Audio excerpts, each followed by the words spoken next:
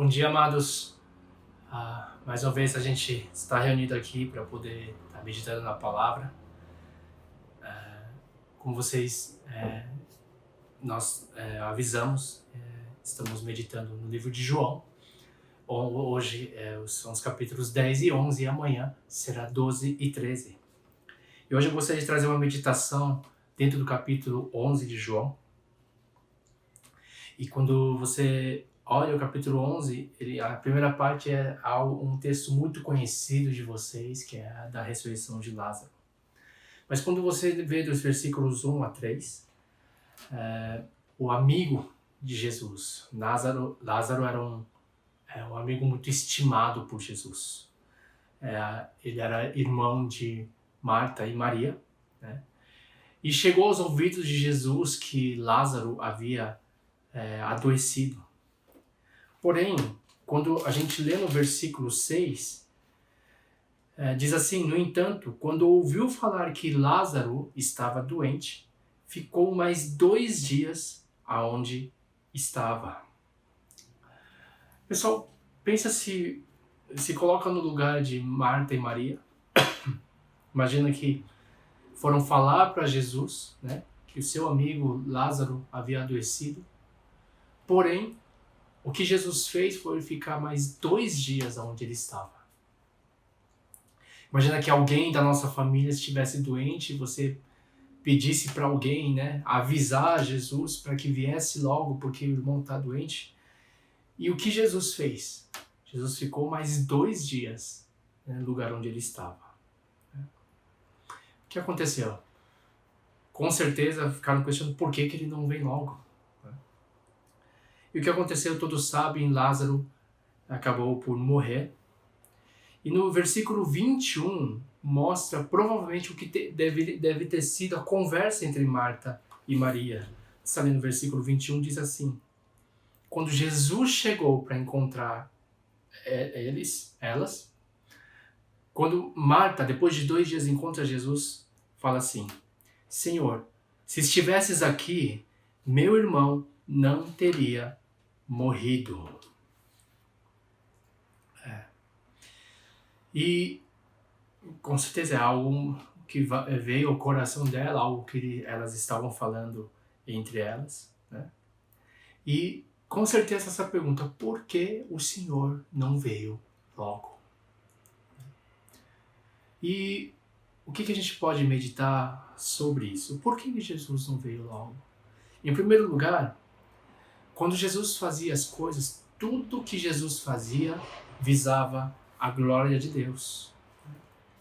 E é o que Jesus mesmo afirmou nos primeiros versículos, que a doença de Lázaro, o que ia acontecer com Lázaro era para manifestar a glória de Deus. E todos sabem que realmente Lázaro ressuscitou, e isso deu tremenda glória a Deus. Então tudo que Jesus era focado era glorificar a Deus, né? E em qualquer coisa que ele fizesse. E algo que a gente precisa entender, sim, ao ressuscitar Lázaro foi para a glória de Deus.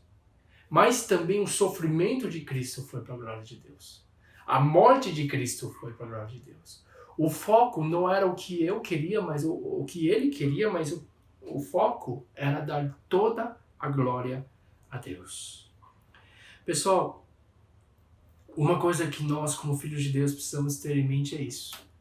Tudo que nós fazemos é para a glória de Deus. Especialmente nessa crise. Tendo dinheiro, glória a Deus. Não tendo dinheiro, glória a Deus. Se você tem saúde, glória a Deus. Se você está enfermo hoje, também dê glória a Deus. É algo muito importante de a gente focar, porque quando as pessoas dão glória a Deus, eles reconhecem que Deus, de novo, é dono da vida deles. E entende que tudo que nós fazemos é por Ele, para Ele, né? Porque nós sabemos também que tudo vem dEle. Então que tudo seja para a glória de Deus. Jesus fazia tudo para dar glória a Deus.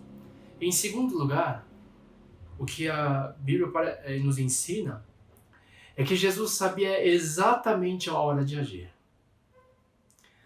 Pessoal, nós temos pressa, nós queremos as coisas de algum jeito, né, de um jeito ou de outro.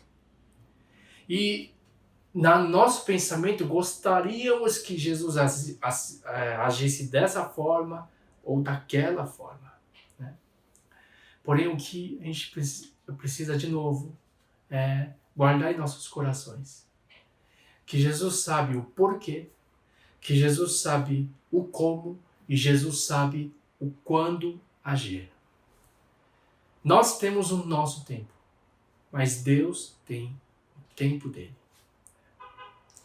E o que é importante dentro disso tudo é que dentro de tudo que acontece, se nós vamos querer as coisas do nosso jeito ou realmente nós vamos nos submeter à vontade do Pai.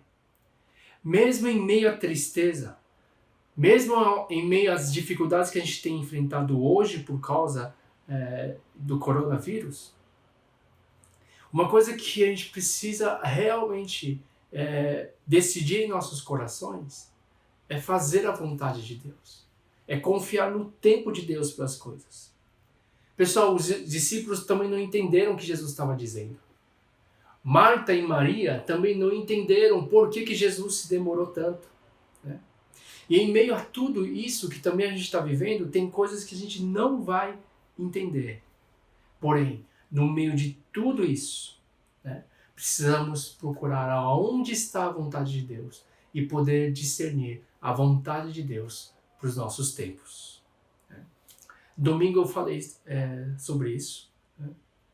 E que eu creio algumas coisas que Deus tem falado particularmente ao meu coração. Primeiro, que Deus está fazendo, pelo menos para mim, pelo menos para as pessoas que eu tenho ouvido, mais uma vez repensar o que é importante na vida.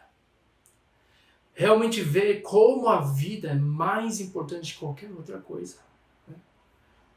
Como muitas coisas hoje são tão supérfluas e as pessoas morrem por coisas. Porém, mais uma vez, o Senhor tem mostrado o valor da vida. Tem feito o mundo ver o valor da vida.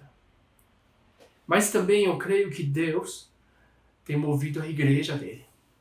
Não a igreja presa a quatro paredes, mas a igreja do Senhor, o corpo de Cristo reunido ao redor da terra, para que esta faça a vontade de Deus. Não só a igreja, mas nós também possamos fazer a vontade de Deus.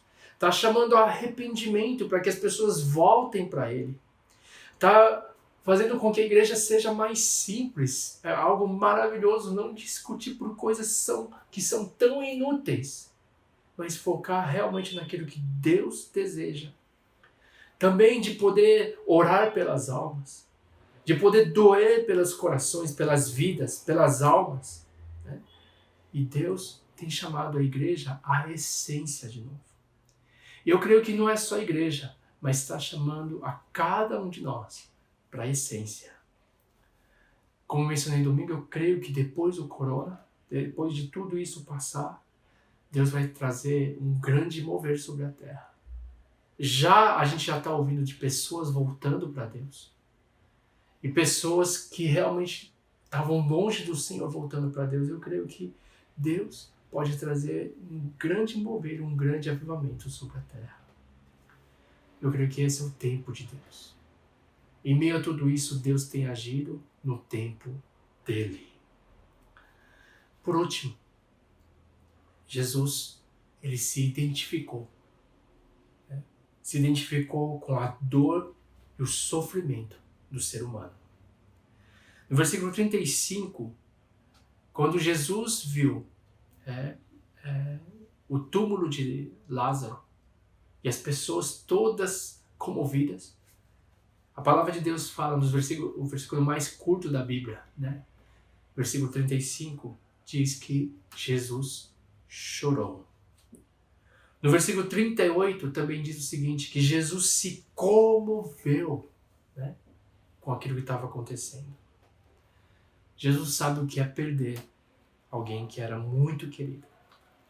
Jesus, ele se identificou com o sofrimento humano. Ele sabe o quanto o pecado é destrutivo. E também por causa do pecado, a morte entrou. Né? E quando ele viu, né, Lázaro, ele viu, então o quê?